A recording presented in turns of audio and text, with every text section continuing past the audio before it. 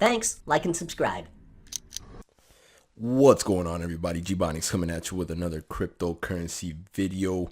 And in this video, just wanted to talk some crypto, let you guys know what's happening with my investments and yeah, pretty much what's going on in my world with the crypto. So today I went on Genesis Mining to find out how much I got paid.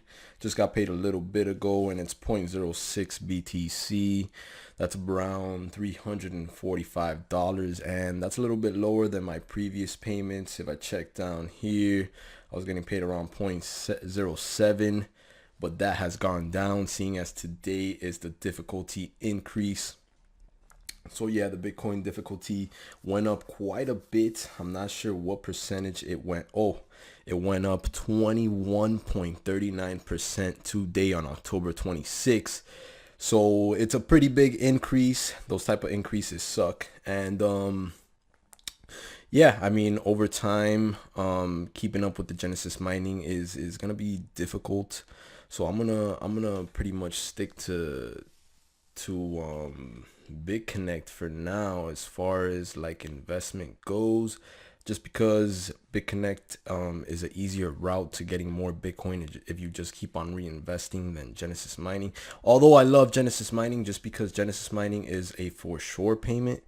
Genesis mining is an everyday thing. BitConnect sometimes has a lower percentage, but I feel like that's cool because it makes up on the days that it does have a higher percentage. It makes up for the days with the lower percentages. So that's that. And then we're gonna go and make $1,000 reinvestment. So yeah, coming over here, we got $1,000 in the lending wallet, and this is pretty fun. Every day the payments come in at the time you lend it out, so it's pretty cool. I'm trying to do $1,000 reinvestment every few days, like 2 or 3 days, and it's working out pretty good so far. Right here, we're gonna transfer all the money from the lending wallet. We're gonna transfer everything and lend the big connect from the lending wallet. I'm pretty much just reinvesting everything. This is I'm trying to grow this account, so everything that I do get in interest, I do try to lend it back out, just because I want to grow the account to 100K. And yeah, according to the calculations, it shouldn't take too long, maybe 2 to 3 months, and everything will be a-okay. So we're gonna go to the lending wallet, come over here, 1150, just to balance it out.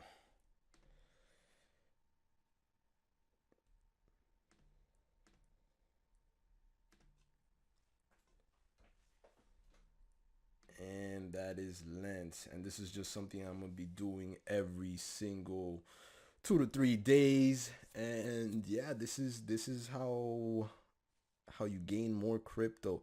I mean, basically BitConnect kind of allows you to kind of manipulate how fast you could get BTC. And at the end of the day, I'm all about that. A lot of people are calling this the scam, the Ponzi, this and that. I mean, all of these cryptos are basically just tools for you to use in order to make more crypto. I mean, the market itself is something that supplements itself, as far as like what I see. So so moving on to a few things that I read for today, we got Coinbase talking about how they're gonna name the B2X fork and Bitcoin. And basically what Coinbase is saying is that whichever one of the chains has the most accumulated difficulty will be the one that will be named Bitcoin once everything is established, and once the B2X comes into play and has like 1 to 2 weeks in the market. And then if it has a higher difficulty than Bitcoin, it will be deemed Bitcoin by Coinbase. There's a lot of people who don't agree with this. I personally don't agree with this. I think the legacy chain should remain what it is, but we would just have to wait and see. All of these forks usually don't do anything to the Bitcoin price, but something like this could be pretty scary, seeing as Coinbase is like one of the biggest exchanges for Bitcoin in the United States. So this is a pretty big deal. This is something that's happening in the space, and we'll have to keep on watching it, because yeah, I think if the B2X fork has a greater accumulated difficulty, they could possibly switch it to BTC, which is pretty crazy because just because it has a higher difficulty doesn't mean that it is the real Bitcoin. I've heard that Bitcoin Cash has a higher difficulty already due to its inflation. So pretty crazy stuff. And then another article that I read here was about something that's pretty interesting. Hit BTC is accepting or is gonna have BitConnect on the exchange, and this is a pretty big exchange compared to others, so it's a pretty big deal, and hopefully it gets more people thinking about the fact that they shouldn't be calling a BitConnect a scam, because it might not be at the end of the day. It really might not be, just because and now and once it starts getting accepted into exchanges like this, then you gotta start rethinking what you're calling a scam. People used to call Bitcoin a scam, so whatever. And then I read a couple more articles here. Kansas Governmental Ethics Commission forbids Bitcoin campaign donations to politicians.